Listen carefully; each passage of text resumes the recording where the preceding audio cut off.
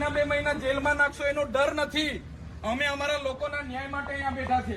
એટલે પોલીસ અધિકારીઓને પણ વિનંતી કરું છું કે કદાચ તમારા ઉપરી નેતાઓના ઇશારે અને ઉપરી પોલીસ અધિકારીઓના ઇશારે અમને ખંખેડવા માટેની જો તમે પ્રયાસ કરશો તો અમે આખા ગુજરાતના આદિવાસી, મધ્યપ્રદેશના આદિવાસી હોય, મહારાષ્ટ્રના હોય કે રાજસ્થાનના હોય, સેલવાસ, દમણ અને દીવના હોય, બધા જ આદિવાસીઓને અહીંયા આવવાનું આહવાન કરીશું અને એની સંપૂર્ણ જવાબદારી પ્રશાસનની રહેશે. અમે શાંતિથી બેઠા છે. અમારી માંગણી જો તમે પૂરી કરવાના હોય તો પોલીસ અધિકારીઓ આવી જાઓ અને પૂરી કરી આપી દો. એટલે અમે હમણાં અહીંયા પૂરું કરીને અમારું બધું બિસ્તરો પોટલો લઈને અમે નીકળી જઈએ. ખોટી રીતે હેરાન કરજો. અમે આદિવાસી છે. અમે ક્યારે અમારા ન્યાય માટે અમે લડીશું, અમે ઝૂકીશું નહીં. અમે શાંતિપ્રિય રીતે અહીંયા ધરણા પ્રદર્શન કરીએ છીએ. અમે સીઓશ્રીને પણ હમણાં રજૂઆત કરવા જવાના છે. અમને આ અમારા અધિકારો અમારા કર્મચારીઓને અપાવી દો. તમે અપાવો, કાં તો સીઓ અપાવે, કાં તો આ કંપની આપી દે. એટલે અમારા ધરણા પૂરા. પણ અમને ખોટી રીતે હજુ પણ કેમ છું, અમારા લોકોને ખોટી રીતે હેરાન પરેશાન કરવાનું જો કામ પોલીસ અધિકારીઓ કરશે તો અમે આખા ગુજરાત, મહારાષ્ટ્ર, મધ્યપ્રદેશ, રાજસ્થાનના આદિવાસીઓને કેવડિયા પધારવાનું અમે જાહેર આમંત્રણ આપીશું. અને તે દિવસે કાયદો વ્યવસ્થા બગડશે એની જવાબદારી જે તે પોલીસ અધિકારીની રહેશે, જે તે પ્રશાસનની રહેશે. એટલે મહેરબાની કરીને અમારા કાર્યક્રમ અમે શાંતિપ્રિય રીતે ધરણા પ્રદર્શન કરીને અમારી જે માંગો છે એ મૂકીએ છીએ.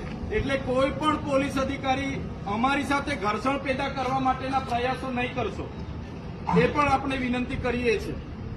અને અહીંયા બેઠેલા તમામ લોકો અહીંયા શું કરવા બેઠા છો? બોલાવો માલિકને. 6 દિવસથી તમે કર્મચારીઓ ઝક મરાવવા અમારી સાથે વાત કરવા આવો છો. બોલાવો માલિકને. કર્મચારી છે વાળા તો શું કરવા અમારી સાથે માથાકૂટ કરવા આવો છો? બોલાવો માલિકને જ્યાં હોય ત્યાંથી. એને ખબર નથી અહીંયા કર્મચારીઓ ધરણા પર છે, ત્યાં બેસીને ધંધા કરે છે. કર્મચારી છે એટલે અમને પણ આવો છો તમે. ગુજરાતનું કોણ સંભાળે છે ભાઈ? તો વાત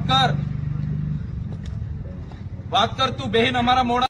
सुनो सर, आप गोल गोल मत घुमाओ. गोल गोल नहीं, मैं सही बोल आप रहा हूं। सुनो, आपने 32 साल से 35 साल से उनको लिया है, तो कंपनी एम्प्लॉय क्यों नहीं लिया आपने? सर ऐसा शुरू से गवर्नमेंट का रूल्स है, आप सुनिए, गवर्नमेंट का, गुजरात गवर्नमेंट का रूल्स है 3 साल कोई भी अपने कंपनी में सेवा देता है उनको कंपनी एम्प्लॉय बनाना पड़ता है, फर्जियत बनाना पड़ता है.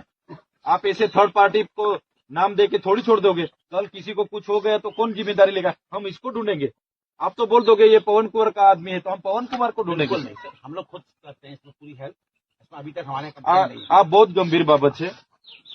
जो हम इसमें आपको सैलरी स्लिप में सब कॉन्ट्रेक्टर आप जयप्रकाश एसओ लिख के देंगे. આ લોકોને ન્યાય માટે એ કરો. તમે તમને કીધું ને હું આજે એમને જે ઓલો મેં એવું કેમ છું, પગાર માટે તમે અધિકારી છો, તમારી જવાબદારી છે. આ રીતના કાલે ઉઠીને કોઈને કંઈ થઈ ગયું બરાબર, અમે લેબર કમિશનરમાં કેસ દાખલ કરે, વીમા પોલિસીમાં. પેલો કોન્ટ્રાક્ટ તો આવે, કોઈ બી આ માણસને ઓળખતા નથી, કોણ છે શું છે અમે જાણતા નથી. એ તો ના